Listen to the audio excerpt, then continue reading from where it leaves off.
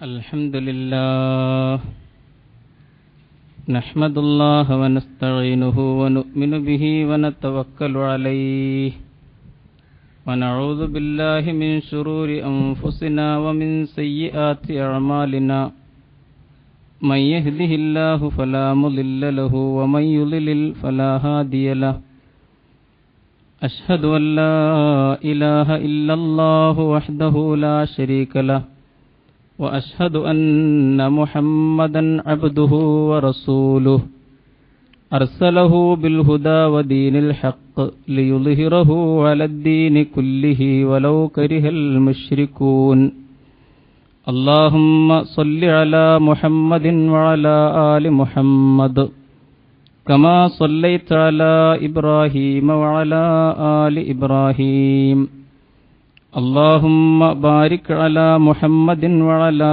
آل محمد كما باركت على إبراهيم وعلى آل إبراهيم إنك حميد مجيد أيها الناس اتقوا الله عباد الله أعوذ بالله من الشيطان الرجيم قالوا سمعنا فتى يذكرهم يقال له إبراهيم قالوا فأتوا به على أعين الناس لعلهم يشهدون قالوا أأنت فعلت هذا بآلهتنا يا إبراهيم قال بل فعله كبيرهم هذا فاسألوهم إن كانوا ينطقون صدق الله العظيم لا حول ولا قوة إلا بالله عليه توكلت وإليه أنيب رب اشرح لي صدري ويسر لي أمري واحلل عقدة من لساني يفقهوا قولي സത്യവിശ്വാസികളായ സഹോദരീ സഹോദരന്മാരെ, റബ്ബ് സുബ്ഹാനഹു വ തആലയുടെ വിധിവിലക്കുകൾക്ക് വിധേയപ്പെട്ട് സാക്ഷാൽ മുഅ്മിനുകളായി മുഅ്മിനാത്തുകളായി ജീവിച്ചു മരിക്കാൻ ശ്രമിക്കണമെന്ന് ആദ്യമായി വസിയ്യത്ത് ചെയ്യുന്നു, ഉത്ബോധിപ്പിക്കുന്നു. പരമദയാലുവായ പടച്ച റബ്ബ് നാം ഏവരെയും അനുഗ്രഹിക്കുമാറാകട്ടെ. അള്ളാഹുവിൻ്റെ റസൂല് സ്വല്ലല്ലാഹു അലൈഹി വസല്ലം കാണിച്ചു തന്ന ജീവിതത്തിൻ്റെ വിശിഷ്ടമായ മാതൃകയെ എല്ലാ മേഖലകളിലും ഇത്തിബാ ചെയ്യാനുള്ള സൗഭാഗ്യം തന്ന് അള്ളാഹു നമ്മെ തുണക്കുമാറാകട്ടെ. നമ്മുടെ യൗവനങ്ങളെ ആദർശവൽക്കരിക്കുക അഥവാ ഇസ്ലാമീകരിക്കുക എന്ന സന്ദേശം കൈമാറാനുള്ള ഒരു ശ്രമം മാത്രമാണ് ഇന്നത്തെ ഖുതുബ. നമുക്കറിയാവുന്ന പോലെ ജീവിതത്തിൻ്റെ ഏറ്റവും നിറപ്പകിട്ടാർന്ന കാലമാണ് യൗവനം അല്ലെങ്കിൽ യുവത്വം. റബ്ബ് സുബ്ഹാനഹു വ തആല അമല് ചെയ്യാനുള്ള ഊർജം ഏറ്റവും കൂടുതൽ നിറച്ചു വച്ചിരിക്കുന്നത് യുവത്വത്തിലാണ്. നമ്മുടെ മനസ്സാഗ്രഹിക്കുന്ന ഒരു കാര്യം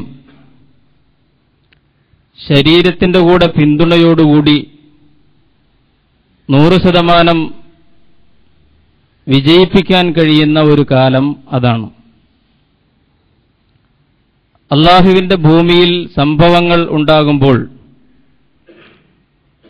മനുഷ്യ സമൂഹത്തിൽ മാറ്റങ്ങൾ ഉണ്ടാകുമ്പോൾ അതിനുവേണ്ട വൈകാരികമായ ഊർജം അള്ളാഹു നിറച്ചുവെച്ച യൗവനം അല്ലെങ്കിൽ യുവത്വം, ഇതിനെ എങ്ങനെ ഉപയോഗപ്പെടുത്തുന്നു എന്നത് വളരെ പ്രധാനപ്പെട്ട ഒരു കാര്യമാണ്. തീർച്ചയായും ആ യൗവനത്തിൻ്റെ ഊർജം ശരിയല്ലാത്ത വഴികളിലൂടെ സംഭവിക്കുന്നതാണ് സാക്ഷാത്കരിക്കപ്പെടുന്നതാണ് ഒരുപക്ഷെ നമ്മൾ നേരിടുന്ന ഏറ്റവും വലിയ പ്രതിസന്ധി.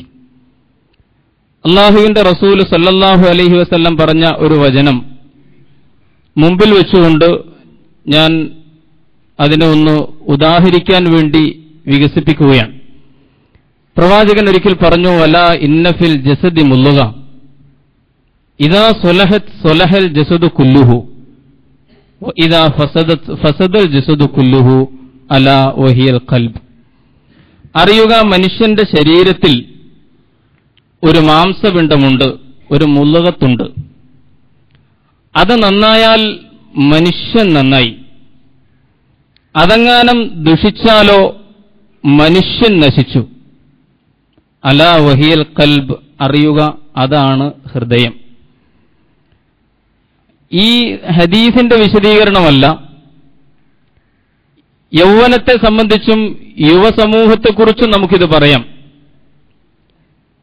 സമൂഹമാകുന്ന ശരീരത്തിൽ യുവത എന്ന ഒരു മാംസകഷ്ണമുണ്ട്. അത് നന്നായാൽ സമൂഹം നന്നായി. ആ യുവത ദുഷിച്ചാൽ സമൂഹം ദുഷിച്ചു. അത്രമേൽ വലിയ പ്രാധാന്യമുണ്ട് സമൂഹത്തിൽ യുവാക്കൾക്കും യുവതികൾക്കും. നമുക്കറിയാമല്ലോ, എല്ലാ കാലഘട്ടത്തിലും മാറ്റങ്ങളുടെയും പരിവർത്തനങ്ങളുടെയും വിപ്ലവങ്ങളുടെയും ചാലകശക്തിയായി നിലകൊണ്ടത് യഥാർത്ഥത്തിൽ യുവതയായിരുന്നു എന്ന് നമുക്കറിയാം. ഇത് മനുഷ്യ സമൂഹത്തിന്റെ പൊതുചരിത്രത്തിലും ശരിയാണ്, സവിശേഷമായ ഇസ്ലാമിക ചരിത്രത്തിലും ശരിയാണ്. പൊതുചരിത്രം പരിശോധിച്ചാൽ നമുക്ക് മനസ്സിലാകും, ലോകത്ത് നടന്ന വിപ്ലവാത്മകമായ എല്ലാ പരിവർത്തന പ്രവാഹങ്ങളുടെയും പിന്നിൽ സമൂഹത്തിലെ യുവാക്കളായിരുന്നു. ഫ്രഞ്ച് വിപ്ലവം ഉദാഹരണം. നമ്മൾ വളരെയധികം വായിക്കുകയും പഠിക്കുകയും മാർക്ക് വാങ്ങുകയും ചെയ്ത ഒരു മനുഷ്യനാഗരികതയിലെ സുപ്രധാനമായ ഒരു സംഭവമായിരുന്നല്ലോ ആ വിപ്ലവം. ആ വിപ്ലവം യഥാർത്ഥത്തിൽ നയിച്ചത് വോൾട്ടയർ, റൂസോ, മോണ്ടസ്ക്യൂ എന്നൊക്കെ പറയുന്ന തത്വചിന്തകന്മാരായിരുന്നു. ഇവരെല്ലാവരും തീപിടിപ്പിക്കുന്ന ചിന്തകൾ സമൂഹത്തിലേക്ക് പ്രസരിപ്പിച്ച യുവാക്കളായിരുന്നു എന്ന് നമുക്ക് കാണാൻ കഴിയും. റൂസോവിന്റെയൊക്കെ വളരെ വിപ്ലവാത്മകമായിട്ടുള്ള പദപ്രയോഗങ്ങൾ അതാ കാലഘട്ടത്തിലെ സമൂഹത്തെ ആവേശഭരിതരാക്കുകയും യുവാക്കളെ ജനമധ്യത്തിലേക്ക് കൊണ്ടുവരികയും ഒരു വിപ്ലവത്തിന്റെ വലിയ പരിവർത്തനത്തിന്റെ കാരണക്കാരായി ആ യുവാക്കളെ ചരിത്രത്തിൽ മാറ്റിയെടുക്കുകയും ചെയ്ത വാക്കുകളായിരുന്നു. വോൾട്ടയറുടെ റൂസോവിന്റെ സോഷ്യൽ കോൺട്രാക്ട് എന്ന് പറയുന്ന ഗ്രന്ഥത്തിൽ, അല്ലെങ്കിൽ അതുപോലുള്ള ആ കാലഘട്ടത്തിൽ ഇറങ്ങിയ രചനകളിൽ യുവാക്കളെ ഉത്തേജിപ്പിക്കുന്ന സമത്വത്തിന്റെയും സ്വാതന്ത്ര്യത്തിന്റെയും സാഹോദര്യത്തിന്റെയും സന്ദേശം വളരെ ശക്തമായി ജനങ്ങളിലേക്ക് സംക്രമിപ്പിക്കുന്ന മുദ്രാവാക്യങ്ങൾ ഉണ്ടായിരുന്നു. Man born free but everywhere in chains പോലുള്ള റൂസോവിന്റെ വാക്കുകൾ. മനുഷ്യർ യഥാർത്ഥത്തിൽ സ്വതന്ത്രരായിട്ടാണല്ലോ ജനിക്കുന്നത്. അങ്ങനെ സ്വതന്ത്രമായിട്ട് ജനിക്കുന്ന നൂറ്റാണ്ടുകൾക്ക് മുമ്പ് മഹാനായ നബി കരീം സല്ലല്ലാഹു അലൈഹി വസല്ലമിന്റെ പ്രിയപ്പെട്ട ശിഷ്യൻ ഇന്നല്ലാഹ ജഅലൽ ഹഖ്ക അലാ ലിസാനി ഉമർ വഖൽബിഹി എന്ന് പ്രവാചകൻ പ്രശംസിച്ച സാക്ഷാൽ ഉമറിന്റെ വാക്കുകൾ. അംർ ഇബ്നുൽ ആസിനോട് ചോദിച്ചല്ലോ അദ്ദേഹം, ഈ ആളുകളെയൊക്കെ അവരുടെ ഉമ്മമാർ സ്വതന്ത്രരായിട്ടാണല്ലോ പ്രസവിക്കുന്നത്, അഥവാ ജനങ്ങളെല്ലാം ജനിച്ചു വീഴുന്നത് ബന്ധനങ്ങളില്ലാതെ ചങ്ങലക്കെട്ടുകളില്ലാതെ സ്വതന്ത്ര മനുഷ്യരായിട്ടാണല്ലോ. അങ്ങനെയുള്ള ആളുകളെ നിങ്ങൾ എന്നു മുതലാണ് അടിമകളാക്കി തുടങ്ങിയത് എന്ന് തന്റെ ഈജിപ്തിലെ ഗവർണറോട് ചോദിച്ച ഉമറിന്റെ വാക്കുകൾ. ഇതൊക്കെയാണ് റൂസോവിനെ പോലുള്ള ആളുകൾ ഉദ്ധരിച്ചത്. ജനങ്ങൾ സ്വതന്ത്രരായിട്ട് ജനിക്കുന്നു, പക്ഷേ എവിടെയും അവർ ചങ്ങലക്കെട്ടുകളിൽ ബന്ധനങ്ങളിൽ ആണല്ലോ എന്നൊക്കെയുള്ള വാചകങ്ങളിലൂടെ ആ സമൂഹത്തിലെ യുവതയെ പ്രചോദിപ്പിക്കുകയും ആവേശഭരിതരാക്കുകയും അങ്ങനെ സമത്വത്തിന്റെയും സ്വാതന്ത്ര്യത്തിന്റെയും സാഹോദര്യത്തിന്റെയും മുദ്രാവാക്യങ്ങളിൽ ഫ്രഞ്ച് റവല്യൂഷൻ സംഭവിക്കുകയും ചെയ്തു എന്ന് നമ്മൾ തിരിച്ചറിയും. യുവതയാണ് ചാലകശക്തിയായി മാറിയത്. ആരാണ് അമേരിക്കൻ ഐക്യനാടുകളുടെ സ്വാതന്ത്ര്യ സമരത്തെ രൂപപ്പെടുത്തിയത്? നമുക്കറിയാം, ജോർജ് വാഷിംഗ്ടനെ പോലുള്ള, തോമസ് ജെഫേഴ്സനെ പോലുള്ള അമേരിക്കയുടെ നേതാക്കളൊക്കെ യുവാക്കളായിരുന്നു. യുവാക്കളെ ത്രസിപ്പിക്കുന്ന പദപ്രയോഗങ്ങളിലൂടെ സ്വാതന്ത്ര്യ സമരത്തിന്റെ തീച്ചൂളയിലേക്ക് അവരെ എടുത്തെറിയുന്ന വിപ്ലവാത്മകമായ ശബ്ദമായിരുന്നു ആ നേതാക്കളുടേത്. അമേരിക്കൻ ഐക്യനാടുകളുടെ സ്വാതന്ത്ര്യം യഥാർത്ഥത്തിൽ യുവാക്കൾ രൂപപ്പെടുത്തിയതാണ് എന്ന് നമുക്ക് കാണാൻ കഴിയും. ആധുനിക കാലഘട്ടത്തിൽ സംഭവിച്ച മറ്റൊരു ഐതിഹാസികമായ പരിവർത്തനം എന്ന് പറയാവുന്ന രാഷ്ട്രീയ വിപ്ലവമായിരുന്നു ഇറാനിൽ നടന്നത്. നമുക്കറിയാമല്ലോ, പാരീസിൽ ഇരുന്നു കൊണ്ട് ഒരു കാലഘട്ടത്തിലെ യുവാക്കളുടെ ഹരവും ആവേശവുമായി മാറിയ അല്ലാമ ഖുമൈനി, ആ ഖുമൈനിയുടെ ഉജ്ജ്വലമായിട്ടുള്ള വാക്കുകൾ, പ്രഭാഷണങ്ങൾ ഇതവരെ ഉത്തേജിപ്പിക്കുകയും ആ ജനതയുടെ ആസൂത്രണം യുവാക്കളെ തെരുവിലേക്ക് കൊണ്ടുവരികയും ടെഹ്റാൻ യൂണിവേഴ്സിറ്റിയിലെ വിദ്യാർത്ഥികളായിരുന്നു യഥാർത്ഥത്തിൽ ഇറാൻ ഇസ്ലാമിക വിപ്ലവത്തിന്റെ ചാലകശക്തിയെന്ന് നമ്മൾ പിന്നീട് തിരിച്ചറിയുന്നു.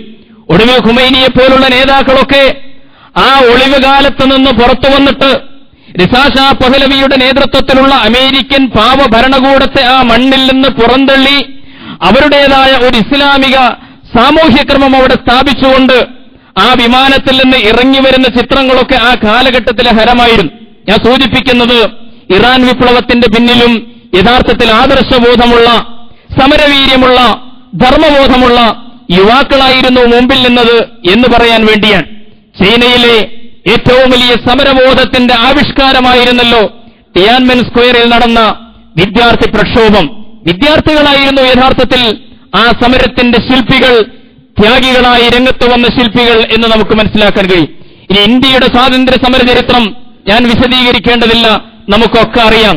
ഭഗത് സിംഗ് ആയാലും സുഭാഷ് ചന്ദ്രബോസ് ആയാലും അല്ലെങ്കിൽ അതുപോലുള്ള ആ കാലഘട്ടത്തിലെ വിപ്ലവബോധമുള്ള യുവാക്കളെ സംഘടിപ്പിച്ചുകൊണ്ട് ഇങ്ങേയറ്റത്ത് വേണമെങ്കിൽ കേരളത്തിൽ വൈക്കം മുഹമ്മദ് ബഷീറിനെ പോലുള്ള ആളുകളൊക്കെ യുവാക്കളായിരുന്നു, അല്ലെങ്കിൽ കുട്ടികളായിരുന്നു സ്വാതന്ത്ര്യ സമരത്തിന്റെ ഉജ്ജ്വലമായിട്ടുള്ള ആ ഭൂമിയിലേക്ക് കടന്നു വന്നത്. അതുകൊണ്ടാണല്ലോ നെഹ്റു പറഞ്ഞത്, ഇന്ത്യൻ സ്വാതന്ത്ര്യം അതിന്റെ പരിപൂർണതയിൽ നേടിക്കഴിഞ്ഞ 1947-48 നെഹ്റു ആദ്യത്തെ പ്രധാനമന്ത്രിയായി നമുക്കറിയാം. അദ്ദേഹം പറഞ്ഞു, യഥാർത്ഥത്തിൽ ഇന്ത്യയെ കണ്ടെത്തേണ്ടത് ഇന്ത്യയുടെ ക്യാമ്പസുകളിലാണ്, സർവകലാശാലകളിലെ ക്യാമ്പസുകളിലാണ്, വിദ്യാർത്ഥികളിലാണ് യഥാർത്ഥത്തിൽ ഇന്ത്യയുടെ ഭാവിയെന്ന് അദ്ദേഹം പ്രഖ്യാപിക്കുകയുണ്ടായി. പറഞ്ഞു വന്നതിന്റെ ചുരുക്കം, മനുഷ്യ സമൂഹത്തിന്റെ പൊതുചരിത്രം യഥാർത്ഥത്തിൽ ഈ യുവതയുടെ ചരിത്രമാണ് എന്ന് പറയാൻ വേണ്ടിയാണ്. പരിവർത്തനങ്ങളും വിപ്ലവങ്ങളും മാറ്റങ്ങളും സമൂഹത്തിലെ യുവാക്കളിലൂടെയാണ്, ആദർശബോധമുള്ള, സമരവീര്യമുള്ള യുവാക്കളിലൂടെയാണ് സംഭവിച്ചത്. ഈ സവിശേഷമായിട്ടുള്ള ഇസ്ലാമിക ചരിത്രം നമ്മൾ പരിശോധിക്കും, തീർച്ചയായും നമുക്ക് ബോധ്യപ്പെടും. അമ്പിയാക്കന്മാരിലൂടെ ലോകത്ത് സംഭവിച്ച മഹത്തായ പരിവർത്തനങ്ങളുടെ കഥകൾ പറയുമ്പോൾ വിശുദ്ധ ഖുർആൻ ഈ വശത്തെ തെളിയിച്ചു കാണിച്ചിട്ടുണ്ട്. ഉദാഹരണമായി മഹാനായ ഇബ്രാഹിം അലൈഹിസ്സലാത്തു വസ്സലാം, അള്ളാഹുവിന്റെ ദീനിന്റെ പ്രബോധനത്തിന് വേണ്ടി വന്ന പ്രവാചകൻ, ആ പ്രവാചകൻ യുവാവായിരുന്നു. അദ്ദേഹത്തിന്റെ പ്രവർത്തനങ്ങൾ വിശദീകരിക്കുന്നിടത്ത് വിശുദ്ധ ഖുർആൻ ചൂണ്ടിക്കാണിക്കുകയുണ്ടായി. വളരെ ചിന്തോദ്ദീപകമായ ചോദ്യങ്ങളിലൂടെ, സംഭവങ്ങളിലൂടെ, ഇടപെടലുകളിലൂടെ സമൂഹം എത്തിച്ചേർന്ന അന്ധക്കേടുകളിൽ നിന്നും, അന്ധവിശ്വാസങ്ങളിൽ നിന്നും, ബഹുദൈവത്വപരമായ സങ്കല്പങ്ങളിൽ നിന്നും അവരെ മോചിപ്പിക്കാൻ മഹാനായ ഖലീലുല്ലാഹി ഇബ്രാഹിം അലൈഹിസ്സലാത്തു വസ്സലാം ശ്രമിക്കുന്നു. അങ്ങനെ തന്റെ കുടുംബം വകയുള്ള, അല്ലെങ്കിൽ തന്റെ കുടുംബത്തിന്റെ കൈവശമുള്ള കുടുംബക്ഷേത്രത്തിൽ കടന്ന് അവിടെ ഉണ്ടായിരുന്ന വിഗ്രഹങ്ങളെയൊക്കെ തച്ചുടച്ച് മഹാനായ ഇബ്രാഹിം പ്രവാചകൻ സമൂഹത്തിന്റെ വിശ്വാസങ്ങളിൽ വിപ്ലവകരമായി ഇടപെടുന്ന രംഗമൊക്കെ വിശുദ്ധ ഖുർആൻ വിശദീകരിച്ചിട്ടുണ്ട്. തന്റെ കുടുംബം വകയായ ക്ഷേത്രത്തിലെ വിഗ്രഹങ്ങളെ തച്ചുടച്ച് അവസാനം വലിയ വിഗ്രഹത്തിന്റെ കഴുത്തിൽ കോടാലി ചാർത്തി പിൻവാങ്ങി ഇബ്രാഹിം പ്രവാചകൻ. അങ്ങനെ ആളുകൾ ഓടിക്കൂടിയപ്പോൾ അവരെങ്ങനെ അതിനെക്കുറിച്ച് ചർച്ച ചെയ്യുന്ന ഭാഗം വിശുദ്ധ ഖുർആൻ വിശദീകരിച്ചിട്ടുണ്ട്. അവർ പറഞ്ഞു, ഖാലു സമിഅനാ ഫതൻ യദ്കുറുഹും യുഖാലു ലഹു ഇബ്രാഹിം. ആ നാട്ടുകാർ പറഞ്ഞു, ഈ വിഗ്രഹങ്ങളെയും വിഗ്രഹാരാധനയെയും ഒക്കെ തള്ളിപ്പറഞ്ഞു നടക്കുന്ന ഒരു ചെറുപ്പക്കാരനായ ഇബ്രാഹിം, സമിഅനാ ഫതൻ, ഒരു ചെറുപ്പക്കാരനെ കുറിച്ച്, ഒരു യുവാവിനെ കുറിച്ച് ഞങ്ങൾക്കറിയാം. യദ്കുറുഹും യുഖാലു ലഹു ഇബ്രാഹിം. അങ്ങനെ പറഞ്ഞു നടക്കുന്ന ആ ചെറുപ്പക്കാരന്റെ പേര് ഇബ്രാഹിം എന്നാണ് എന്നൊക്കെ പറഞ്ഞുകൊണ്ട് ജനങ്ങളുടെ ചർച്ചയുണ്ടായതായി വിശുദ്ധ ഖുർആൻ പറയുകയാണ്. എന്നിട്ട് അവർ ചോദിക്കുമ്പോഴോ അദ്ദേഹം പറയുകയാണ്, ഒരു ചെറുപ്പക്കാരന് മാത്രം ചെയ്യാൻ കഴിയുന്ന, ഒരു വിപ്ലവ മനസ്സിന് മാത്രം ചെയ്യാൻ കഴിയുന്ന, ഒരു ചെറുപ്പക്കാരന് മാത്രം മുഖത്ത് നോക്കി ചോദിക്കാൻ കഴിയുന്ന ചോദ്യം അദ്ദേഹം ആ സമൂഹത്തോട് ചോദിച്ചു. ബൽ ഫഅലഹു കബീറുഹും അന്ത ഫഅൽത ഹാദാ എന്നവർ ചോദിക്കുന്നു. ആരാണിത് ചെയ്തത് എന്ന് ഇബ്രാഹിമിനോട്, നീയാണോ ഇതിന്റെ ഉത്തരവാദി എന്ന് ചോദിക്കുമ്പോൾ ഇബ്രാഹിം പ്രവാചകന്റെ മറുപടി ബൽ ഫഅലഹു കബീറുഹും ഹാദാ, ഇത് ചെയ്തത് ഏതായാലും അതിലെ ആ വലിയ ആ വിഗ്രഹം അവനായിരിക്കാനാണ് സാധ്യത. ഫസ്അലൂഹും ഇൻ കാനൂ യന്തിഖൂൻ, സംസാരിക്കുമെങ്കിൽ ചോദിച്ചു നോക്കൂ. ഇബ്രാഹിം നബിയുടെ മറുപടി ഞാൻ സൂചിപ്പിക്കുന്നത്, ഇങ്ങനെ ആർജവത്തോടുകൂടി ആ സമൂഹത്തിന്റെ മുഖത്ത് നോക്കി ചോദിക്കാൻ ഒരു വിപ്ലവ മനസ്സുള്ള ഒരു യൗവനത്തിന്റെ മനസ്സിന്, ഒരാദർശ യൗവനത്തിന് മാത്രമേ സാധ്യമാകൂ. ഇബ്രാഹിം പ്രവാചകൻ ചോദിക്കുന്നു. അവരെ ചിന്തിപ്പിക്കുവാൻ, സംസാരിക്കുമെങ്കിൽ ചോദിച്ചു നോക്കൂ. ഇതിനാണല്ലോ നിങ്ങൾ ആരാധിച്ചുകൊണ്ടിരിക്കുന്നത്, ഇതിനാണല്ലോ ഈ നേർച്ചാ വഴിപാടുകൾ പൂജകൾ അർപ്പിച്ചുകൊണ്ടിരിക്കുന്നത്, ഇതിന്റെ മുമ്പിലാണല്ലോ സുജൂദ് ചെയ്യുന്നത്, നിവേദ്യങ്ങൾ അർപ്പിക്കുന്നത്. ചോദിച്ചു നോക്കൂ അതിനോട്. ഫറജഉ ഇലാ അൻഫുസിഹിം ഫഖാലൂ ഇന്നകും അൻതുമുൽ ളാലിമൂൻ. ആ സമൂഹത്തിന് ബോധ്യം വന്നു, അവർക്ക് മനസ്സിലായി, അവർ തങ്ങളിലേക്ക് തന്നെ മടങ്ങിപ്പോയി എന്ന് വിശുദ്ധ ഖുർആൻ പറയും. അവരവരുടെ ബോധത്തെ വിലയിരുത്തി, തീർച്ചയായും ഞങ്ങൾ തന്നെയാണ് അക്രമികളെന്ന് ആ സമൂഹത്തിന് ബോധ്യപ്പെട്ടു. പക്ഷേ അധിക നേരം നീണ്ടു നിന്നില്ല, പിശാച് അവരെ പിടികൂടി. സുമ്മ നുകിസൂ അലാ റൂസിഹിം, പിന്നെ അവരുടെ തലതിരിഞ്ഞുപോയി എന്ന് വിശുദ്ധ ഖുർആൻ. ലഖദ് അലിംത മാ ഹൗലാഇ യന്തിഖൂൻ, അല്ല ഇത് സംസാരിക്കുകയില്ലെന്ന് ഇബ്രാഹിമേ നിനക്കറിഞ്ഞുകൂടെ. ഉടനെ അവർ തിരിഞ്ഞു നിന്നിട്ട് വേറെ അഭിനയിക്കുകയാണ്. അവരുടെ ശുദ്ധപ്രകൃതത്തിൽ നിന്നുള്ള ആ അവലോകനത്തിന് ശേഷം ബോധ്യം വന്നിട്ടും ആ സമൂഹം തലതിരിച്ചുകൊണ്ട് ചോദിച്ചു അദ്ദേഹത്തോട്, ഇതൊന്നും സംസാരിക്കുകയില്ല, കല്ലുകളാണ്, വിഗ്രഹങ്ങളാണെന്ന് ഇബ്രാഹിമേ നിനക്കറിഞ്ഞുകൂടെ. അപ്പോൾ ഇബ്രാഹിം നബിയിലെ വിപ്ലവകാരി ചോദിച്ചു, ഖാല അഫതഅബ്ദൂന മിൻ ദൂനില്ലാഹി മാ ലാ യൻഫഉകും ശൈഅൻ വലാ യദുറുക്കും, അല്ല നിങ്ങൾക്കൊരു ഉപകാരവും ഒരു ഉപദ്രവവും ചെയ്യാൻ കഴിയാത്ത, ഒരു സഹായം ചെയ്യാൻ കഴിയാത്ത, നിങ്ങളൊരു ചോദ്യം ചോദിച്ചാൽ മറുപടി പറയാൻ കഴിയാത്ത, അല്ലെങ്കിൽ മറ്റൊരാൾ വന്ന് ആക്രമിച്ചാൽ തടുക്കാനോ പ്രതിരോധിക്കാനോ സ്വയം പോലും കഴിയാത്ത ഈ നിശബ്ദ വിഗ്രഹങ്ങളെയാണോ നിങ്ങൾ യഥാർത്ഥത്തിൽ ഇബാദത്ത് ചെയ്തുകൊണ്ടിരിക്കുന്നത്? അഫതഅബ്ദൂന മിൻ ദൂനില്ലാഹി മാ ലാ യൻഫഉകും ശൈഅൻ വലാ യദുറുക്കും എന്ന് ഇബ്രാഹിം നബിയുടെ പ്രതികരണം. ഉഫ്ഫില്ലക്കും വലിമാ തഅബ്ദൂന മിൻ ദൂനില്ലാഹ്, ഉഫ്ഫില്ലക്കും വലിമാ തഅബ്ദൂന മിൻ ദൂനില്ലാഹ്. അതുകൊണ്ട് നിങ്ങൾക്കും നിങ്ങൾ ഇബാദത്ത് ചെയ്തുകൊണ്ടിരിക്കുന്ന ഈ കള്ളദൈവങ്ങൾക്കും യഥാർത്ഥത്തിൽ അപമാനമാണ്. അഫലാ തഅഖിലൂൻ, സമൂഹമേ നിങ്ങൾക്ക് ബുദ്ധിയില്ലേ? ചിന്തിച്ചുകൂടെ? നിങ്ങൾക്ക് സാമാന്യ ബോധത്തിന് പോലും നിരക്കാത്തതാണല്ലോ നിങ്ങൾ ചെയ്തുകൊണ്ടിരിക്കുന്നത് എന്നൊക്കെ ഇബ്രാഹിം നബി നിർഭയം തുറന്നടിക്കുകയാണ് ആ സമൂഹത്തിന്റെ മുമ്പിൽ. വിപ്ലവകാരിയായ യുവാവിന്റെ ശബ്ദം, ചരിത്രം വിശുദ്ധ ഖുർആൻ നമ്മുടെ മുമ്പിൽ അനാവരണം ചെയ്യുകയാണ്. സമൂഹം പക്ഷേ അദ്ദേഹത്തെ കൈകാര്യം ചെയ്യാനാണ് തീരുമാനിക്കുന്നത്. വിപ്ലവബോധമുള്ള യുവാവിനെ സംബന്ധിച്ചിടത്തോളം അതൊന്നും പ്രശ്നമല്ല, അത് അദ്ദേഹം വകവെക്കുന്നില്ല. അവര് ആക്രോശിക്കുകയുണ്ടായി എന്ന് ഖുർആൻ പറയുന്നു. ഖാലൂ ഹർരിഖൂഹു വൻസുറു ആലിഹത്തക്കും ഇൻ കുന്തും ഫാഇലീൻ, നിങ്ങൾ എന്തെങ്കിലും ചെയ്യാൻ ഉദ്ദേശിക്കുന്നുവെങ്കിൽ ഇപ്പോൾ തന്നെ ഈ ചെറുപ്പക്കാരനെ അഗ്നികുണ്ഡത്തിലേക്ക് വലിച്ചെറിയൂ, അവനെ കരിച്ചു കളയൂ. ഖാലൂ ഹർരിഖൂ വൻസുറു ആലിഹത്തക്കും, അങ്ങനെ നിങ്ങളുടെ ദൈവങ്ങളെ നിങ്ങൾ സഹായിക്കുക എന്ന സമൂഹം ആക്രോശിക്കുകയാണ്. പ്രിയമുള്ളവരെ, ആലോചിച്ചു നോക്കൂ. ഇബ്രാഹിം പ്രവാചകനിൽ വിപ്ലവകാരിയായ ചെറുപ്പക്കാരനിൽ യാതൊരു ഭാവഭേദവുമില്ല. അദ്ദേഹം അതിനെ പൂ പോലെ നേരിട്ടു, പുഞ്ചിരിയോട് നേരിട്ടു എന്ന് നമ്മൾ ചരിത്രത്തിൽ വായിക്കുന്നു. അദ്ദേഹത്തെ തീക്കുണ്ടാരത്തിലേക്ക് വലിച്ചെറിയുന്നു നമ്രൂദും കൂട്ടരും. ഹസ്ബുനല്ലാഹു വനിഅമൽ വകീൽ, ഹസ്ബുനല്ലാഹു വനിഅമൽ വകീൽ ഖാലഹ ഇബ്രാഹിം ഹീന ഉഖിയ ഫിന്നാർ. അങ്ങനെ ഈ തീജ്വാലകളിലേക്ക് വലിച്ചെറിയപ്പെടുമ്പോൾ വിപ്ലവകാരിയായ ചെറുപ്പക്കാരന്റെ ശബ്ദം ഹസ്ബുനല്ലാഹു വനിഅമൽ വകീൽ, അല്ലാഹു മതി, അല്ലാഹു മതി എന്നാണ് അദ്ദേഹം വിളിച്ചു പറയുന്നത്. കാര്യങ്ങൾ ഏൽപ്പിക്കാൻ, ഭരമേൽപ്പിക്കാൻ അവൻ ധാരാളം മതി എന്ന വിപ്ലവത്തിന്റെ ശബ്ദം ചെറുപ്പക്കാരനായി ഇബ്രാഹിം പ്രവാചകന്റെ നാവുകളിലൂടെ ചരിത്രം കേൾക്കുകയുണ്ടായി. ഇബ്രാഹിം പ്രവാചകന്റെ ചരിത്രം പറയുമ്പോൾ ഈ യുവത്വം എന്ന വശം വിശുദ്ധ ഖുർആൻ തെളിയിച്ചു കാണിച്ചു എന്ന് സൂചിപ്പിക്കാൻ വേണ്ടിയാണ് ഞാൻ ഇത് ഉദ്ധരിച്ചത്. നമുക്കറിയാമല്ലോ, ലോകം കണ്ട ഏറ്റവും വലിയ അഹങ്കാരിയും സ്വേച്ഛാധിപതിയുമായിരുന്നു ഫറോവ രാംസസ് സെക്കൻഡ് എന്ന് പറയുന്ന ചക്രവർത്തി. ഈജിപ്ത് ഭരിച്ച മൂസ അലൈഹിസ്സലാമിന്റെ കാലഘട്ടത്തിൽ ഭരിച്ച ആ ചക്രവർത്തിയോട് നിർഭയം ചോദ്യങ്ങൾ ചോദിച്ചു മഹാനായ മൂസ അലൈഹിസ്സലാം. അന റബ്ബുക്കുമുൽ അഅല, ഞാനാണ് കാര്യങ്ങൾ തീരുമാനിക്കുന്ന പരമാധികാരി എന്നഹങ്കരിച്ച ഫറോവയോട് കൊട്ടാരത്തിൽ നിന്നുകൊണ്ട് പീഡിപ്പിക്കപ്പെട്ട സമൂഹത്തിന് വേണ്ടി വിമോചനത്തിന്റെ ശബ്ദവും മുദ്രാവാക്യവും ഉയർത്തിയത് മഹാനായ പ്രവാചകനായിരുന്നു. അർസിൽ മഅനാ ബനി ഇസ്രായേൽ വലാ തുഅദ്ദിബുഹും, ഈ ഇസ്രായേൽ മക്കളെ ഇനി മുതൽ പീഡിപ്പിക്കാൻ നിനക്ക് അധികാരമില്ല, വിട്ടുതരണം എന്റെ കൂടെ എന്ന് പറഞ്ഞുകൊണ്ട് യുവാവായ മൂസ അലൈഹിസ്സലാമിന്റെ ശബ്ദം ഫറോവയുടെ കൊട്ടാരത്തിൽ മുഴങ്ങിയതായി വിശുദ്ധ ഖുർആൻ പറയുന്നു. അങ്ങനെ മൂസാ നബി പ്രബോധനം തുടങ്ങി, അവരെ സംഘടിപ്പിച്ചു. ആരാണ് മൂസാ നബിയുടെ വഴിയിലേക്ക് ആദ്യമായിട്ട് വന്നത്? തീർച്ചയായും അദ്ദേഹത്തിന്റെ ചുറ്റും കൂടിയത് യുവാക്കളായിരുന്നു എന്ന് വിശുദ്ധ ഖുർആൻ ചൂണ്ടിക്കാണിക്കുകയുണ്ടായി. യൂസുഫ് അലൈഹി ഇസ്ലാമിന്റെ ചരിത്രം ഖുർആൻ പറയുന്നു. നമുക്കറിയാമല്ലോ, ഏറ്റവും കൂടുതൽ സവിശേഷമായ നിലയിൽ പരീക്ഷിക്കപ്പെട്ട പ്രവാചകനായിരുന്നു യൂസുഫ് അലൈഹി ഇസ്ലാം. ഒരുപക്ഷെ ഈ കാലഘട്ടത്തിലെ നമ്മുടെ യുവത പരീക്ഷിക്കപ്പെടുന്നത് പോലെ സൗന്ദര്യം കൊണ്ട് അനുഗ്രഹിക്കപ്പെട്ട യുവകോമളനായിരുന്ന യൂസുഫ്. കഥയൊന്നും പറയേണ്ടതില്ല, നിങ്ങൾക്കൊക്കെ അറിയാം. അങ്ങനെ യജമാനനില്ലാത്ത സന്ദർഭത്തിൽ വീട്ടുകാരിയും സുന്ദരിയുമായ ഒരു സ്ത്രീ അദ്ദേഹത്തോട് പറയുകയാണ്, സഹശയനം നടത്താൻ ക്ഷണിക്കുകയാണ്. വരൂ യുവാവേ, നമുക്കൊന്ന് ഒന്നിച്ചാകാം, ആരും അറിയുകയില്ല, പരമസ്വകാര്യമാണ്, രഹസ്യമാണ്. വകല്ലക്കത്തിൽ അബുവാബ്, വാതിലുകളും ജനലുകളും ഒക്കെ കൊട്ടിയടച്ചുകൊണ്ട് തിന്മയിലേക്ക് ക്ഷണിക്കുമ്പോൾ അല്ലാഹുവിൽ ശരണമെന്ന് പറഞ്ഞുകൊണ്ട് ആദർശബോധത്തിന്റെ, സൂക്ഷ്മതയുടെ, ദൈവഭയത്തിന്റെ ഏറ്റവും ഉജ്ജ്വലമായ മാതൃക കാണിച്ച യൂസുഫ് അലൈഹി ഇസ്ലാമിന്റെ ചരിത്രം വിശുദ്ധ ഖുർആൻ പറയുകയാണ്.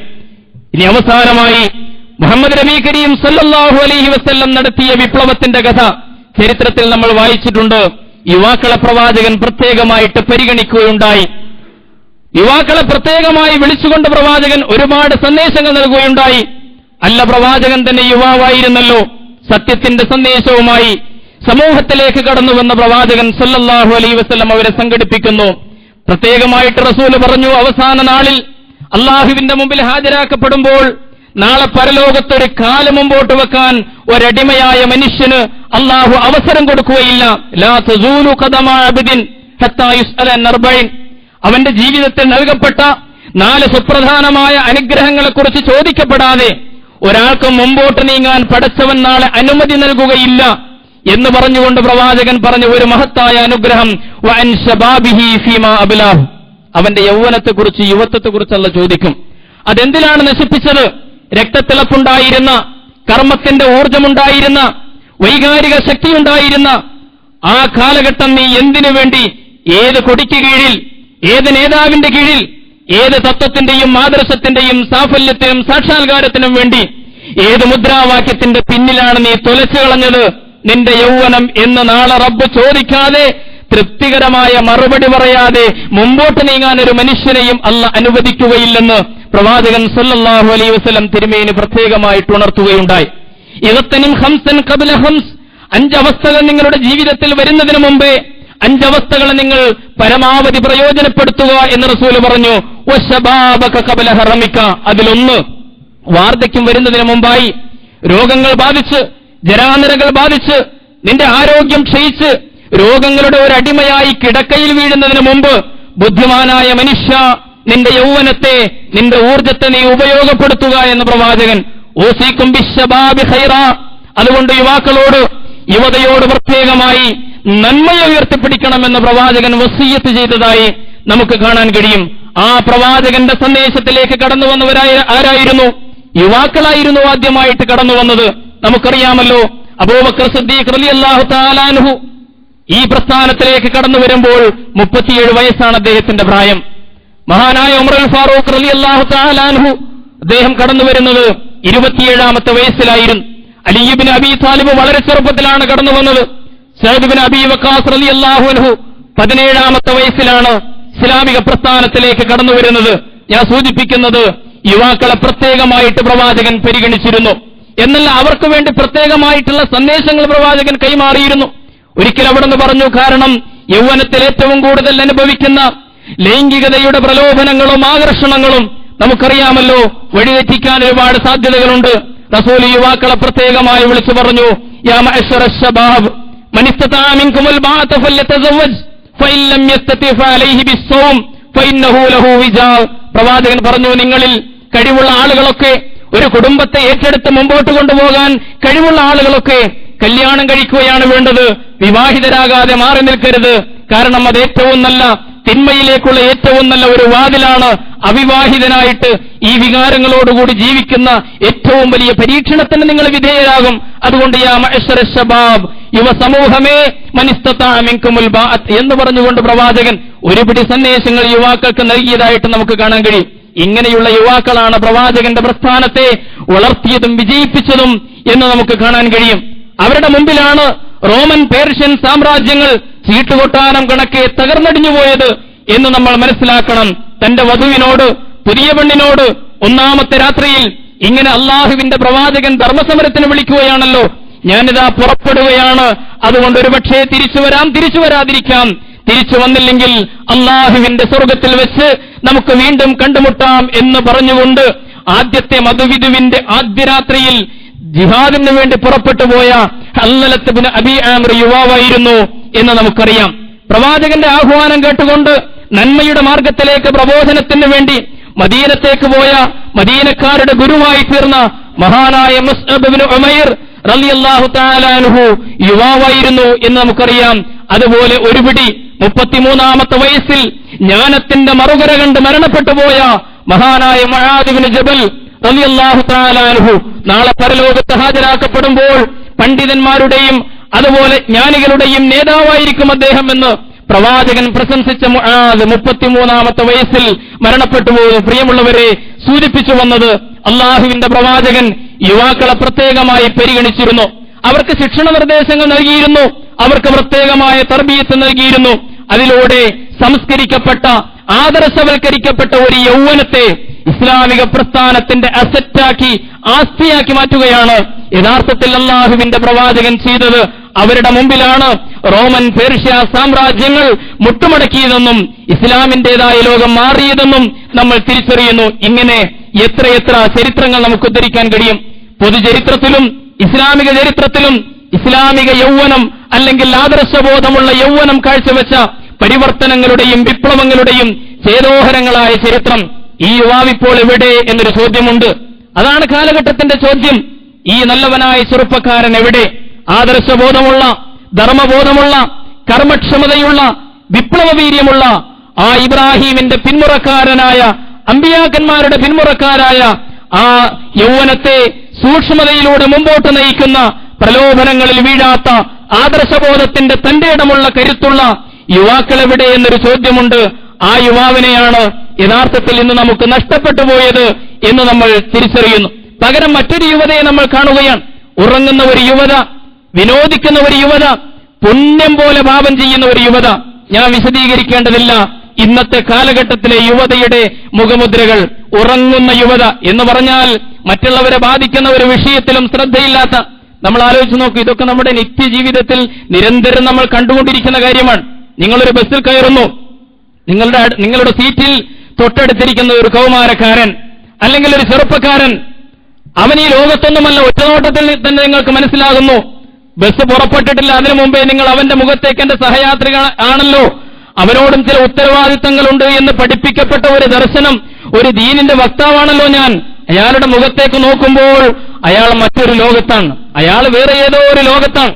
അവന്റെ കാതുകളിൽ 2 ഇയർഫോൺ ഇരിക്കുന്നുണ്ട്, അവന്റെ പോക്കറ്റിൽ ഒരു മൊബൈൽ ഫോണുണ്ട്. അത് ഗാനങ്ങളുടെ ഒരു ചെപ്പാണ്, വൃത്തികേടുകളുടെ ഒരു കൂടാരമാണ്. വൃത്തികേടുകൾ ഇത്രയധികം, ഇത്ര മനോഹരമായി സമന്വയിപ്പിച്ച് പോക്കറ്റിൽ കൊണ്ടു നടക്കാൻ കഴിയുന്ന ഒരു കാലം ഒരുപക്ഷേ മുമ്പ് ചരിത്രത്തിൽ, മനുഷ്യ നാഗരികതയുടെ ചരിത്രത്തിൽ ഇതിനു മുമ്പുണ്ടായിട്ടില്ല. അങ്ങനെ അവൻ പാട്ടുകളിലൂടെ അങ്ങനെ പോവുകയാണ്. അവൻ മറ്റൊരു ലോകത്താണ്. 200ഉം 250ഉം ഒക്കെ നല്ല നല്ല അശ്ലീല ഗാനങ്ങളൊക്കെ ശേഖരിച്ചു വെച്ചിട്ട് അത് യാത്രകളിലൊക്കെ നിരന്തരം കേട്ട് മറ്റുള്ളവരുടെ സംസാരം, ലോകത്ത് നടക്കുന്ന, ചുറ്റുപാടും നടക്കുന്ന അനുഭവങ്ങൾ എന്തെന്നറിയാത്ത ഒരു വിചിത്ര ജീവിയെ പോലെ നടന്നു പോകുന്ന അല്ലെങ്കിൽ യാത്ര ചെയ്യുന്ന കുട്ടികളെ, യുവാക്കളെ നമ്മൾ കാണുകയാണ്. നമ്മൾ ആലോചിച്ച് നോക്കൂ, ഈ ലോകവുമായിട്ടൊരു ബന്ധവുമില്ല. ഇവിടെ എന്ത് നടന്നാലും അവൻ അറിയുന്നില്ല. ഒരു ആക്സിഡന്റ് നടന്നു, ഒരപകടം, അതിലേക്ക് അവൻ ചോരയിൽ കുളിച്ചൊരു ജീവൻ അവിടെ കിടന്ന് പിടയുകയാണ്. ഇപ്പോൾ അതിന്റെ ജീവൻ പോകും. ഒരു മനുഷ്യജീവി എന്ന നിലക്ക് കാണിക്കേണ്ട ചില മര്യാദകളുണ്ടല്ലോ, അതുപോലും സാധ്യമാകാത്ത രീതിയിൽ ഒന്നും കാണാത്തവനായി കണ്ണു തുറന്നു വെച്ചിട്ടുണ്ട്. പക്ഷേ അവനൊന്നും കാണുന്നില്ല. അവന്റെ കാതിന് കുഴപ്പമൊന്നുമില്ല, പക്ഷേ അവന്റെ കാതിതൊന്നും കേൾക്കുന്നില്ല. അവനേതോ പൈശാചിക സംഗീതത്തിന്റെ വൃത്തികെട്ട ലോകത്തിലൂടെ സഞ്ചരിച്ചുകൊണ്ടിരിക്കുന്ന യുവാക്കളെ നമ്മൾ കാണുകയാണ്. മറ്റുള്ളവരുടെ കാര്യങ്ങളൊന്നും വിഷയമല്ലാത്ത ഒരു യൗവനം, ഒരു യുവസമൂഹം വളർന്നുകൊണ്ടിരിക്കുകയാണ്. വിനോദിക്കുന്ന ഒരു സമൂഹം. ഞാൻ പറയേണ്ടതില്ലല്ലോ, വിനോദിക്കാൻ, സുഖിക്കാൻ എന്തൊക്കെ മാർഗങ്ങളുണ്ടോ ആ മാർഗങ്ങളുടെ പിന്നാലെ പായുകയാണ്. അതുകൊണ്ട് തന്നെ യുവത്വത്തിന്റെ പ്രസരിപ്പ് അവരിൽ നിന്ന് നഷ്ടപ്പെട്ടു പോയിരിക്കുന്നു. അഥവാ പ്രസരിപ്പുണ്ടെങ്കിൽ അത് തിന്മയിലേക്ക് മാത്രം നയിക്കുന്ന ഒരാവേശവും ഉന്മേഷവുമായി മാറിയതായി നമ്മൾ കാണുകയാണ്. പുണ്യം പോലെ പാപം ചെയ്യുന്ന ഒരു തലമുറയാണ് വളർന്നുകൊണ്ടിരിക്കുന്നത്. പുണ്യം പോലെ പാപം ചെയ്യുന്ന ഒരു തലമുറ.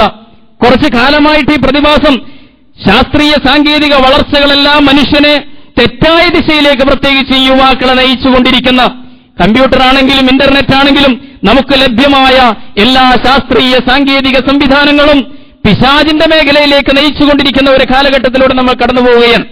ഏതാനും കൊല്ലങ്ങൾക്ക് മുമ്പാണ് കൊച്ചിയിൽ ഒരു പെൺകുട്ടി, 18 വയസ്സുള്ള ഒരു പെൺകുട്ടി, ഞാൻ ഓർത്തുപോകുന്നു, മൊഹീദ്ദീൻ പള്ളിയിൽ കബറടക്കം ചെയ്യപ്പെട്ട സുന്ദരിയായ ആ പെൺകുട്ടിയുടെ മയ്യിത്ത് അന്നേ ദിവസം രാത്രി കൊച്ചിയിലെ മുസ്ലിം നാമധാരികളായ ചില ചെറുപ്പക്കാർ, 6-7 ചെറുപ്പക്കാര് മണ്ണ് മാന്തിയെടുത്തിട്ട് തങ്ങളുടെ കാമപ്പേക്കൂത്ത് തീർത്ത ഒരു വാർത്ത ഏതാനും കൊല്ലങ്ങൾക്ക് മുമ്പ് നമ്മുടെ കൊച്ചിയിൽ നിന്ന് വരികയുണ്ടായി. ഞാൻ സൂചിപ്പിക്കുന്നത്, നമ്മുടെ യുവാക്കൾ എങ്ങോട്ട് പോകുന്നു എന്നതിന്റെ വളരെ കൃത്യമായി, എന്താണ് നമ്മുടെ യൗവനം പ്രതീക്ഷിക്കുന്നത്, എന്താണ് നമ്മുടെ യുവാക്കൾ ആഗ്രഹിക്കുന്നത്.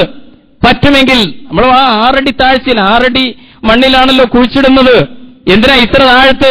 വളരെ ശാസ്ത്രീയമായിട്ടുള്ള സംവിധാനങ്ങൾ, മയ്യിത്ത് സംസ്കരണത്തിന് നിശ്ചയിക്കപ്പെട്ട ഒരു ദർശനമാണ് ഇസ്ലാം, ഒരു പദ്ധതിയാണ് ഇസ്ലാം. നമുക്കറിയാം, ഇങ്ങനെ ആഴത്തിൽ കുഴിച്ചിടുന്നത് ഒരു കാട്ടുജന്തു വന്ന്, ഒരു പട്ടി വന്ന് മാന്താതിരിക്കാൻ, നോക്കാതിരിക്കാൻ വളരെ ഭദ്രമായിട്ട് അവിടെ പോലും മനുഷ്യശാലന്മാർ അത് പുറത്തെടുക്കുകയും തങ്ങളുടെ കാമം തീർക്കാൻ ഉപയോഗിക്കുകയും ചെയ്യുന്നു എന്ന് പറയുമ്പോൾ, സുമ്മ റദദ്നാഹു അസ്ഫല സാഫിലീൻ, സുമ്മ റദദ്നാഹു അസ്ഫല സാഫിലീൻ, അതിനേക്കാൾ അധപ്പതിക്കാൻ കഴിയില്ല. ഇതുപോലെ എത്രയോ വാർത്തകൾ. ഇന്നിത്തരം വാർത്തകൾ ഒരു പുതുമയല്ലാതായി മാറിയിരിക്കുകയാണ്. ഒരുപിടി വൃത്തികെട്ട വാർത്തകൾ നമ്മുടെ യുവാക്കൾ വഴിതെറ്റുന്നതിന്റെ ഞാൻ വിശദീകരിക്കേണ്ടതില്ല. നമ്മുടെ ചുറ്റുപാടുകളിൽ നിന്ന് നിരന്തരം നമ്മൾ കേട്ടും കണ്ടുകൊണ്ടിരിക്കുന്ന കാര്യമാണ്. ഞാൻ സൂചിപ്പിക്കുന്നത്, ചരിത്രത്തിലെ ആ യുവാവ് ഇവിടെ പരിഷ്കരണത്തോടെയുള്ള, ധർമ്മബോധമുള്ള, സാമൂഹ്യ പ്രതിബദ്ധതയുള്ള, ദൈവഭയമുള്ള, സൂക്ഷ്മതയുള്ള, പ്രലോഭിപ്പിക്കാൻ വേണ്ടി ഒരു പെണ്ണ് ശ്രമിക്കുമ്പോൾ കാലമഴാതല്ല എന്ന് പറയുന്ന യുവാവ്, ഒരു ചെറുപ്പക്കാരൻ, പ്രവാചകന്റെ സഹാബത്തിൽ ഒരു പിടി കഥകളുണ്ടല്ലോ, ഞാൻ വിശദീകരിക്കേണ്ടതില്ല. റസൂലിന്റെ മുമ്പിൽ ഒരു മനുഷ്യൻ വന്നു ഒരിക്കൽ, ഒരു ചെറുപ്പക്കാരനായ സഹാബി, അള്ളാഹുവിന്റെ റസൂലെ ഹലക്തു, ഞാൻ നശിച്ചു, അള്ളാഹുവിന്റെ റസൂലെ ഞാൻ നശിച്ചു എന്ന് പറഞ്ഞുകൊണ്ട് വിലപിച്ചുകൊണ്ട് ഒരു മനുഷ്യൻ വരുന്നു. എന്താ നിന്നെ നശിപ്പിച്ചത്, നിനക്ക് എന്ത് പറ്റി? റസൂലിന്റെ ചോദ്യം. അദ്ദേഹം വിശദീകരിച്ചു, അള്ളാഹുവിന്റെ റസൂലെ, എനിക്കൊരു കടയുണ്ട്, കച്ചവടക്കാരനാണ്. അങ്ങനെ എന്റെ കടയിൽ ഒരു പെണ്ണ് വന്നു, സുന്ദരിയായ ഒരു പെണ്ണ് വന്നു.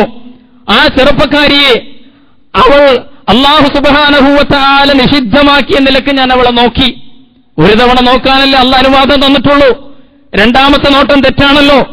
സത്യവിശ്വാസികളെ നിങ്ങൾ നിങ്ങളുടെ ദൃഷ്ടികൾ താഴ്ത്തുക അനർഹമായ കാഴ്ചകളിലേക്ക്, ആ അനർഹമായ നിരോധിതമായ സൗന്ദര്യത്തിന്റെ മേഖലകളിലേക്ക്, ആ നരകത്തിന്റെ കാഴ്ചകളിലേക്ക് നിങ്ങളുടെ കണ്ണു പോകാൻ പാടില്ല. അതുകൊണ്ട് കണ്ണ് താഴ്ത്തു എന്നാണല്ലോ അള്ളാഹുവിന്റെ കൽപ്പന.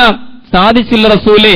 ഞാൻ വീണ്ടും ആ പെണ്ണിനെ നോക്കി, അനർഹമായ, നിരോധിക്കപ്പെട്ട, ഹറാമാക്കപ്പെട്ട ആ ഭാഗത്തേക്ക് നോക്കിപ്പോയി റസൂലേ. അതുകൊണ്ട് ഹലക്തു, ഞാൻ നശിച്ചു എന്ന് പറഞ്ഞുകൊണ്ട്, ശിക്ഷ നടപ്പിലാക്കാൻ പറഞ്ഞുകൊണ്ട് പ്രവാചകന്റെ മുമ്പിൽ വരികയാണ്. മായിസ് റളിയല്ലാഹു അൻഹുവിന്റെ ചരിത്രം നമുക്കറിയാം. തുഹിർനി യാ റസൂലല്ലാഹ്, അള്ളാഹുവിന്റെ ദൂതരെ എന്നെ ശുദ്ധീകരിക്കൂ. എന്താണ് നിന്റെ വിശുദ്ധി നഷ്ടപ്പെടുത്തിയത്? വിവാഹിതനായി ഞാൻ വ്യഭിചരിച്ചു പോയി റസൂലേ, അതുകൊണ്ട് ശിക്ഷ വേണമെന്ന് ചോദിച്ചു വരികയാണ്. ശിക്ഷ ഏറ്റുവാങ്ങിക്കൊണ്ട്, നമുക്കറിയാമല്ലോ ഏറ്റവും കർശനമായ വ്യവസ്ഥകൾ ശിക്ഷിക്കാൻ നിബന്ധനയാക്കപ്പെട്ട ഒരു ദീനാണിത്. പക്ഷേ പ്രതിവന്ന് സ്വയം കുറ്റസമ്മതം നടത്തിക്കൊണ്ട് ആവശ്യപ്പെടുകയാണ്, തുഹിർനി യാ റസൂലല്ലാഹ്. അങ്ങനെ കല്ലേറുകൊണ്ട് അദ്ദേഹം വധിക്കപ്പെടുന്ന ചിത്രം ചരിത്രത്തിൽ നമ്മൾ വായിക്കും. കാരണം അദ്ദേഹത്തിന് അറിയാം, റബ്ബ് സുബ്ഹാനഹു വ തആലയുടെ മുമ്പിൽ നാളെ പരലോകത്ത് ചെന്നാൽ എന്താണ് എനിക്ക് സംഭവിക്കുക എന്നത്. അസഹ്യമാണ് ആ ശിക്ഷ. അതിനെക്കുറിച്ച് ബോധ്യമുണ്ടായിരുന്നു ആ സമൂഹത്തിന്. അതുകൊണ്ട് തന്നെ അവർ പ്രവാചകന്റെ മുമ്പിൽ വന്നുകൊണ്ട്, കോടതിയുടെ മുമ്പാകെ സ്വയം ഹാജരായിക്കൊണ്ട് ശിക്ഷ ഏറ്റുവാങ്ങിയ ചരിത്രങ്ങൾ നമ്മൾ വായിക്കുകയാണ്. പ്രിയമുള്ളവരെ, ആ യുവാവിനെവിടെ എന്നൊരു ചോദ്യമുണ്ട്. ഉറങ്ങുന്ന, വിനോദിക്കുന്ന, പുണ്യം പോലെ പാപം ചെയ്യുന്ന ഒരു തലമുറ വളർന്നുകൊണ്ടിരിക്കുമ്പോൾ വളരെ ഗൗരവത്തിൽ നമുക്ക് ചിന്തിക്കാൻ സാധിക്കേണ്ടതുണ്ട്. ഇപ്പോൾ അനുകരണത്തിന് വേണ്ടി ജീവിതത്തിന്റെ മാതൃകയായി യുവത എങ്ങോട്ടാണ് നോക്കിക്കൊണ്ട്, ഞാൻ വിശദീകരിക്കേണ്ടതില്ലല്ലോ. സിനിമയിലെ നായകൻ നമ്മുടെ ജീവിതത്തിലെയും നായകൻ. മുമ്പ് തമിഴ്നാട്ടുകാരുടെ സ്വഭാവമാണെന്നൊക്കെയാണ് പറഞ്ഞുകൊണ്ടിരുന്നത്. ആന്ധ്രക്കാരാണ് ഇങ്ങനെ സിനിമ നടന്മാരുടെ പിന്നാലെ പോകുന്നത്. പക്ഷേ ഇന്ന് പ്രബുദ്ധമായ മലയാളത്തിലെ, കേരളത്തിലെ യുവതയും ഏതാണ്ട് അങ്ങനെയൊക്കെ തന്നെയാണ്. ഓരോ നടന്മാർക്കും, വലിയ നടന്മാർക്കൊക്കെ ഫാൻ അസോസിയേഷനുകൾ, അവിടെ ആരാധക വൃന്ദം. തമിഴ്നാട്ടിലെ പോലെ സിനിമാ താരത്തെ ആരാധിക്കുന്ന ഒരു അമ്പലവും പ്രതിഷ്ഠവും ഉണ്ടായിട്ടില്ല എന്നുള്ളതൊഴിച്ചാൽ കേരളത്തിലും ഈ ഞരമ്പ് രോഗം ഏതാണ്ട് വർദ്ധിച്ചുകൊണ്ടേയിരിക്കുകയാണ്. ഞാൻ വിശദീകരിക്കേണ്ടതില്ലല്ലോ. സഹാബത്തൊക്കെ നോക്കിയത് അള്ളാഹുവിന്റെ റസൂലിനെ ചാണിന് ചാൺ, മുഴത്തിന് മുഴം അനുകരിക്കാൻ എങ്ങനെ കഴിയുമെന്നായിരുന്നു ചിന്തിച്ചത്. അബ്ദുല്ലാഹി ഇബ്നു ഉമറിനെ കുറിച്ച് പറയും, പ്രവാചകന്റെ കാലശേഷം അദ്ദേഹം ഒരിക്കൽ മരുഭൂമിയിലൂടെ അങ്ങനെ സഞ്ചരിക്കുമ്പോൾ അദ്ദേഹത്തിന്റെ കൂട്ടുകാരുമുണ്ട് കൂടെ. ഒരു സ്ഥലത്ത് ചെന്നപ്പോൾ അദ്ദേഹം തന്റെ ഒട്ടകത്തെ ഒന്നിങ്ങനെ കറക്കുകയാണ്. ഒന്ന് കറങ്ങിയിട്ട് വീണ്ടും കൂടെയുള്ളവർ ചോദിച്ചു, എന്ത് പറ്റി താങ്കൾക്ക്? പണ്ടൊരിക്കൽ ഞാൻ അള്ളാഹുവിന്റെ റസൂലിന്റെ കൂടെ ഈ പ്രദേശത്തുകൂടെ കടന്നുപോയപ്പോൾ പ്രവാചകൻ ഇവിടെ വന്നപ്പോൾ ഒട്ടകത്തെ ഇങ്ങനെ ഒന്ന് ചുറ്റിച്ചിട്ടുണ്ട്, അതുകൊണ്ടാണ് ഞാനും ചുറ്റിക്കുന്നത് എന്ന് പറഞ്ഞ അബ്ദുല്ലാഹി ഇബ്നു ഉമർ റളിയല്ലാഹു തആല അൻഹു പ്രവാചകനെ അനുകരിക്കാൻ ശ്രമിക്കുകയാണ്. പ്രവാചകൻ നടന്ന കാൽപ്പാടുകളിൽ സ്വന്തം കാൽപാദങ്ങൾ ചേർത്ത് വെച്ച് നടക്കാൻ ശ്രമിക്കാറുണ്ടായിരുന്നു ചില സഹാബിമാർ. പ്രവാചകൻ എങ്ങനെയായിരുന്നു എന്ന് ലോകത്തിന് ചിത്രം കിട്ടിയത് അങ്ങനെയാണ്. റസൂലിന്റെ താടിയും മുടിയും, ആ താടിയിലും മുടിയിലും എത്ര രോമങ്ങൾ നരച്ചിരുന്നു എന്ന് ചരിത്രത്തിൽ രേഖപ്പെടുത്തപ്പെട്ടിട്ടുണ്ട്. അള്ളാന്റെ റസൂലിന്റെ ചരിത്രത്തിൽ മാത്രമേ അങ്ങനെ കാണൂ. 10 കൊല്ലം പ്രവാചകന്റെ പിന്നിൽ ഒരു നിഴലായി നടന്ന അനസ് റളിയല്ലാഹു തആല അൻഹു, അനസ് ഇബ്നു മാലിക്, അദ്ദേഹം പറയുകയാണ്, ഒരിക്കൽ പ്രവാചകന്റെ മുടിയിലും അദ്ദേഹത്തിന്റെ താടിയിലും കൂടി ആകപ്പാട് 14 രോമങ്ങളെ നരച്ചതായിട്ടുണ്ടായിരുന്നുള്ളൂ എന്ന് അനസ് റളിയല്ലാഹു അൻഹു പറയുന്നതായി സ്വഹീഹായ ഹദീസിൽ നമുക്ക് വായിക്കാൻ കഴിയും. പ്രിയമുള്ളവരെ, അങ്ങനെ സൂക്ഷ്മമായിട്ട് പ്രവാചകന്റെ ജീവിതത്തെ ഒപ്പിയെടുക്കാനും അനുകരിക്കാനും ഇത്തിബാ ചെയ്യാനും ശ്രമിച്ചിരുന്നു സഹാബത്ത്. നമ്മളിപ്പോൾ സിനിമാ നടന്മാരിലേക്ക് നോക്കുകയാണ്. നമ്മുടെ വളർന്നു വരുന്ന യുവസമൂഹം അങ്ങനെ നോക്കുകയാണ്. അള്ളാഹിനെ കുറിച്ചൊക്കെ നമ്മൾ പറയുന്ന വാക്കുകളാണ് സിനിമാ നടന്മാരെ കുറിച്ചൊക്കെ പറയുന്നത്. ഇത് വർത്താനത്തിൽ മാത്രമല്ല, എഴുതി ബോർഡായിട്ട് ഇപ്പോ പ്രദർശിപ്പിക്കുകയാണ്. പള്ളിയിൽ നിന്ന് പുറത്തേക്ക് ഇറങ്ങിയാൽ നിങ്ങൾക്കിത് കാണാൻ കഴിയും. വലിയ വിശാലമായ ഫ്ലക്സ് ബോർഡുകളിൽ ഈ സിനിമാ നടന്മാരുടെ മഹത്വങ്ങളും മദഹുകളും ഈ ആരാധകരായ ആളുകൾ പറയുക മാത്രമല്ല, രേഖപ്പെടുത്തി എല്ലാവർക്കും പ്രബോധനം എന്ന രീതിയിൽ എല്ലായിടത്തും പ്രദർശിപ്പിച്ചുകൊണ്ടിരിക്കുന്ന ഒരു കാലഘട്ടം. നമ്മൾ ആലോചിച്ച് നോക്കൂ. ഇയാൾക്ക് തുല്യം, ഇയാൾ മാത്രം, ഇതൊക്കെ നമ്മൾ വായിക്കുകയാണ്. നിങ്ങൾ പുറത്തേക്ക് ഇറങ്ങിയാൽ കാണുന്ന കാഴ്ചയാണ്. അള്ളാഹുവിനെ കുറിച്ചൊക്കെ വിശുദ്ധ ഖുർആനിൽ പറഞ്ഞതാണ് അത്തരം വാക്കുകളൊക്കെ. ലൈസ കമിസ്ലിഹി ഷൈഅ്, ലൈസ കമിസ്ലിഹി ഷൈഉൻ, അള്ളാഹുവിന്റെ അസ്തിത്വം ഉദാഹരണം പറയാൻ അള്ളാഹുവിന്റെ ഉദാഹരണത്തിന് പോലും ഉദാഹരണമില്ല.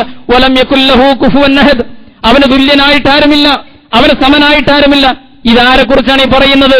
വൃത്തികെട്ട സിനിമകളിൽ അഭിനയിച്ചുകൊണ്ടിരിക്കുന്ന വെള്ളിത്തിരയിലെ നായകന്മാരെ കുറിച്ച് എഴുതി പ്രദർശിപ്പിക്കുന്ന ഒരു കാലം. പ്രിയമുള്ളവരെ, പറഞ്ഞു വന്നതിന്റെ ചുരുക്കം, സഹാബത്ത് എങ്ങനെയാണോ പ്രവാചകനിലേക്ക് നോക്കിയത്, ഇതുപോലെ വെള്ളിത്തിരയിലെ നായകന്മാരിലേക്കും രാഷ്ട്രീയ ഭിക്ഷാന്തേഹികളിലേക്കും ഒക്കെ നോക്കിക്കൊണ്ടിരിക്കുന്ന ഒരു കാലഘട്ടത്തിൽ നമ്മൾ ജീവിക്കുകയാണ്.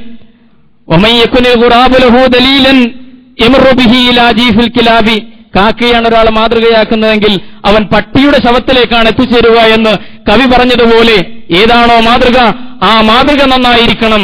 അള്ളാഹുവിന്റെ പ്രവാചകന്മാരുടെ മാതൃകയിൽ ജീവിതത്തെ ചിട്ടപ്പെടുത്തേണ്ട സമൂഹം ഇങ്ങനെ മുന്നോട്ട് പോയിക്കൊണ്ടിരിക്കുമ്പോൾ യൗവനം എന്ന് പറയുന്ന അസുലഭമായ വൈകാരികോർജത്തിന്റെ കർമ്മക്ഷമതയുടെ ഏറ്റവും നല്ല ആ കാലം എന്തിനു വേണ്ടി നശിപ്പിക്കുന്നു, എന്തിനു വേണ്ടി പ്രവർത്തിക്കുന്നു എന്ന് വളരെ ഗൗരവമുള്ള ഒരു ആലോചന പ്രിയപ്പെട്ട യുവാക്കളും യുവതികളും സഹോദരങ്ങൾ പൊതുവെയും നടത്തേണ്ടതുണ്ട്. വളരെ ഗൗരവത്തിൽ ആ ഇബ്രാഹീമിനെയാണ് കാലം തേടുന്നത്, ആ യൂസുഫിനെയാണ് കാലം തേടുന്നത്. കാലത്തിന്റെ ചോദ്യത്തിന് ഉത്തരം നൽകുവാൻ നമുക്ക് ജീവിതം കൊണ്ട് സാധിക്കുമോ എന്ന് വളരെ ഗൗരവത്തിൽ പരിശോധിക്കുക. കാര്യങ്ങൾ ശരിയായി മനസ്സിലാക്കാൻ റബ്ബ് സുബ്ഹാനഹു വ തആല നമുക്ക് തൗഫീഖ് നൽകി അനുഗ്രഹിക്കുമാറാകട്ടെ.